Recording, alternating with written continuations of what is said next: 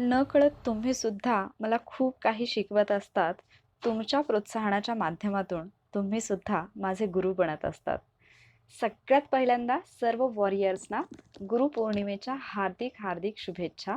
नकळतपणे तुम्ही सुद्धा मला खूप काही शिकवलेलं आहे. म्हणजे हा जो माझा प्रवास आहे याच्यामध्ये माझ्यासाठी तुम्ही सुद्धा कधी ना कधीतरी एक गुरु म्हणून माझ्या समोर आलेले आहात आणि म्हणून तुम्हाला सुद्धा गुरुपौर्णिमेच्या खूप खूप शुभेच्छा.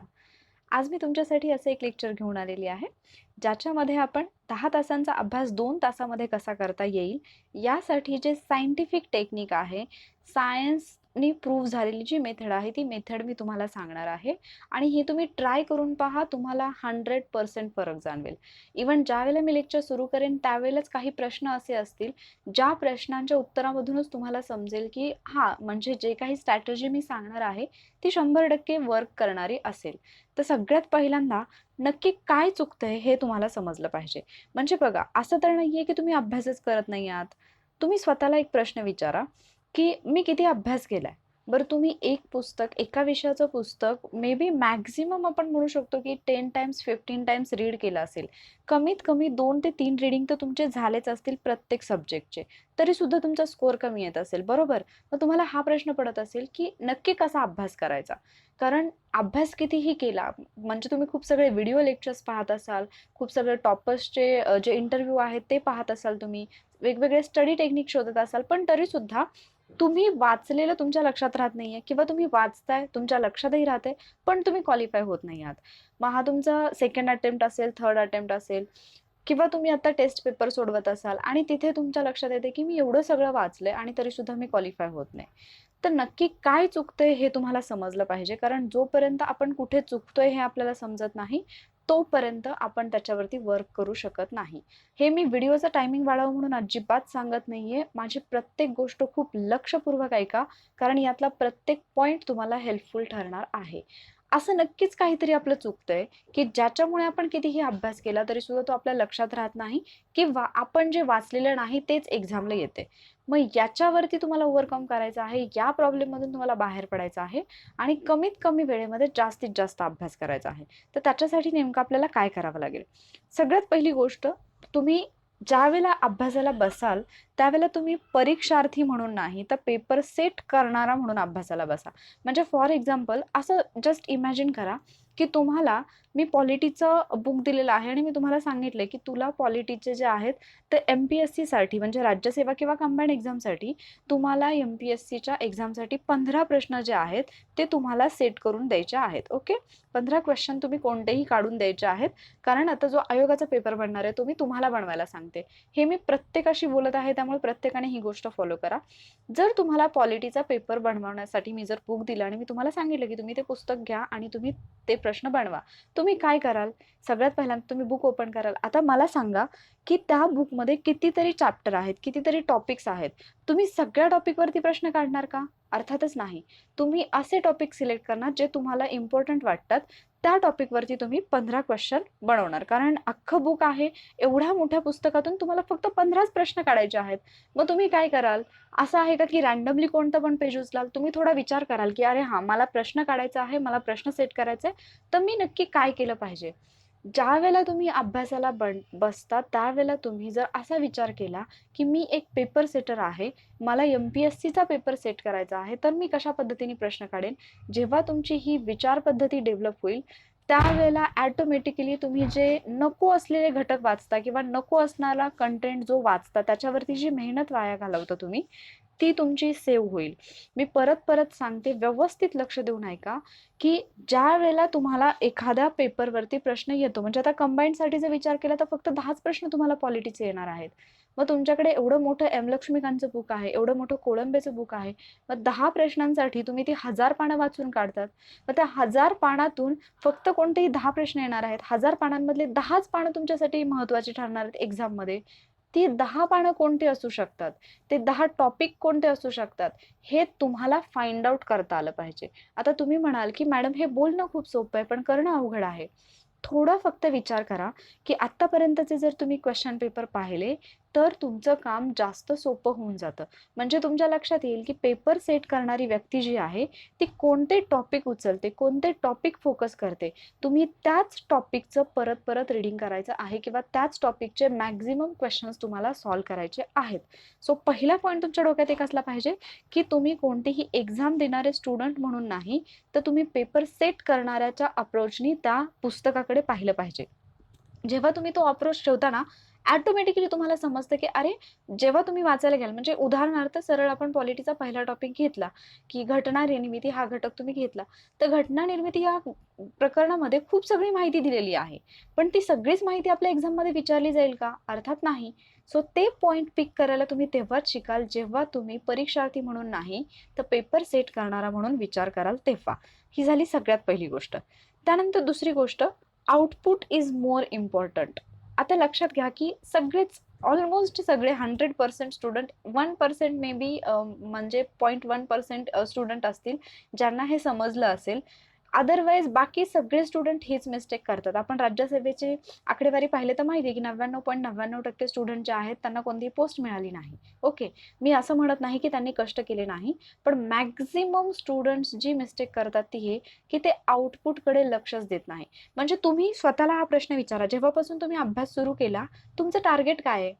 तुमचं टार्गेट हेच आहे, माझं हे वाचून झालं पाहिजे, माझं ते वाचून झालं पाहिजे. आणि जेव्हा तुम्ही स्वतःला चेक करता, तेव्हा सुद्धा तुम्ही काय चेक करता? माझं हे वाचून झालंय का? ते वाचून झालंय का? तुमच्या टाईम टेबलमध्ये सुद्धा तुम्ही टाईम टेबल बनवताना काय बनवता? की मला आज हा टॉपिक वाचायचा आहे, मला आज हा सब्जेक्ट वाचायचा आहे. म्हणजे ओन्ली रीडिंग, रीडिंग, रीडिंग. तुम्ही दुसरं काहीही करत नाही आहात. तुम्ही कधीतरी असा विचार केलाय का, की मी हे वाचतोय, हे मला ॲप्लाय करायचंय. मी जे वाचत आहे ते मला माझ्या एक्झाममध्ये ॲप्लाय करता आलं पाहिजे. मला ते उपयोगात आणता आलं पाहिजे. नाही, आपलं फक्त मोटो एकच असतो, आपलं ध्येय एकच असतं, की मला माझं रीडिंग कंप्लीट करायचं आहे.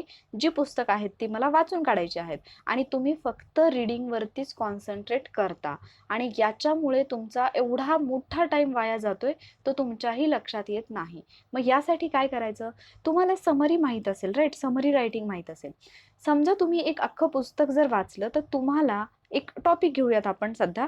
समजा तुम्ही एक पेज वाचलं कोणत्याही टॉपिकचं, तर त्या पेजमधली समरी तुम्हाला काढता आली पाहिजे, सारांश तुम्हाला काढता आला पाहिजे, ओके.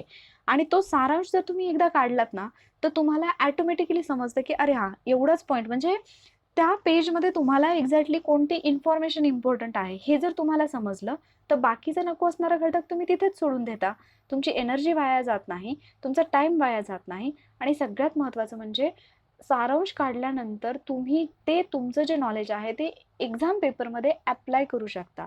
सगळ्यात महत्त्वाचं स्वतःला आधी हे बजावून सांगा, की तुम्हाला वाचून कंप्लीट करायचं नाही. म्हणजे तुमच्या रिव्हिजन प्लॅनमध्ये, तुमच्या स्टडी प्लॅनमध्ये, तुमचा दिवसभराचा जो अभ्यासाचा टाईम टेबल असेल, त्याच्यामध्ये जर तुम्ही ही गोष्ट लिहिली असेल, की आज मी हे वाचणार आहे, आज मी ते वाचणार आहे, कुठला टॉपिक वाचणार आहे, तर सगळ्यात पहिल्यांदा ते टाईम टेबल तुम्ही काढून टाका. तुमच्या टाईम टेबलमध्ये तुम्हाला जे वाचायचं आहे किंवा तुम्हाला जो अभ्यास करायचा आहे, तो मला वाचायचा आहे म्हणून नाही, तर मला हे नॉलेज कुठेतरी ॲप्लाय करायचं आहे. माझ्या एक्झामला बसल्यानंतर पेपरमध्ये मला ते नॉलेज वापरायचं आहे, या हेतूने तुमचा प्लॅन बनवा.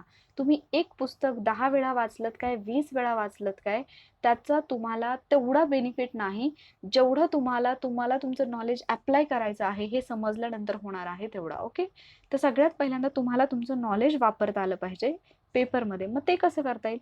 अगेन तुम्हाला क्वेश्चन पेपरच सोडवावे लागतील. तुम्ही एखादा टॉपिक वाचला, त्या टॉपिकवरती तुम्हाला किती समजलं, किती नाही, याच्यासाठी सगळ्यात पहिल्यांदा तुम्ही आत्तापर्यंत आलेले जे क्वेश्चन्स आहेत, ते क्वेश्चन्स पहा. त्यानंतर तुम्ही स्वतःचे क्वेश्चन फ्रेम करा, की असा क्वेश्चन आलेला नाही, मग असा क्वेश्चन कदाचित या टॉपिकवरती बनू शकतो. ज्यावेळेला तुम्ही स्वतः क्वेश्चन फ्रेम करायला लागाल, तिथे तुम्ही 50% लढाई जिंकलेले असाल. आणि हे तुम्ही ट्राय करून पहा. ही सायंटिफिक मेथड आहे. हे मी माझ्या मनाचं अजिबात सांगत नाही. तिसरी गोष्ट, तज्ञ बनू नका. हे मी ऑलरेडी सांगितलेलं आहे, तज्ञ बनू नका. हे खूपदा सांगितलंय मी, परत एकदा सांगते. एखाद्या सब्जेक्टचा अभ्यास तुम्ही करताय. फॉर एक्झाम्पल तुम्हाला सायन्स टफ जाते, इकॉनॉमिक्स टफ जाते किंवा काही लोकांना हिस्ट्री टफ जाते, ओके. तर तुम्ही त्या गोष्टीच्या इतकंही खोलात जाऊ नका, की तुम्हाला जसं की त्याच्यावरती एखादा प्रबंध लिहून PhD वगैरे मिळणार आहे. जर तुम्हाला तो टॉपिक टफ जात असेल, तो सब्जेक्ट तुम्हाला टफ जात असेल, तर त्या सब्जेक्टमध्ये अशा काहीतरी ट्रिक्स बनवा, अशी एखादी स्टोरी बनवा, काहीतरी इमॅजिनेशन करून त्या गोष्टी लक्षात ठेवा. डझंट मॅटर की तुम्हाला म्हणजे कोणीतरी विचारलं की "अरे, हे काय आहे?" आणि तुम्हाला एक्सप्लेन नाही करता आलं. काहीही फरक पडत नाही. म्हणजे तुम्ही एम-पी-एस-सी करताय याचा अर्थ असा नाही की तुम्हाला सगळंच माहिती असलं पाहिजे. काहीही फरक पडत नाही. तुम्हाला अगदी साधं उदाहरण देते. की थॅलोफायटा हा जो चा आपण हे म्हणू शकतो, वनस्पतींच्या वर्गीकरणातला जो एक गट आहे थॅलोफायटा. ओके. सो मला सुद्धा थोडं सायन्स टफ वाटायचं. त्यामुळे मी काय केलं, हे जे थॅलोफायटा, ब्रायोफायटा, टेरिडोफायटा हे जे गट आहेत ते मला वाचायला अवघड वाटतात. सो हे मी तुम्हाला एक्सप्लेन करायला लागले, तर मला त्याच्यामधलं नॉलेज असलं पाहिजे असं जनरली सगळ्यांना वाटेल. पण मला असं वाटतं की तुमच्या एक्झामसाठी जे महत्त्वाचं आहे तेच तुम्हाला माहिती पाहिजे. फॉर एक्झाम्पल आता हा थॅलोफायटा गट घेतला. थॅलोफायटा गटामध्ये शैवाल वर्गीय वनस्पती येतात किंवा शैवालांचा समावेश होतो. ओके. मग आता हे मला लक्षात ठेवायचं आहे सगळं. शैवालाचा जो अभ्यास असतो त्या अभ्यासाला आपण फायकोलॉजी असं म्हणतो. या सगळ्या गोष्टी मला लक्षात ठेवायच्यात. मग हे मी पाठ करत बसायचं का? अरे मी पाठ केलं तरी माझ्या लक्षात नाही राहत. मग मी काय करू? मी सायन्स स्किप करू का? अजिबात नाही. तुम्हाला सांगते, साधी सिंपल ट्रिक सांगते.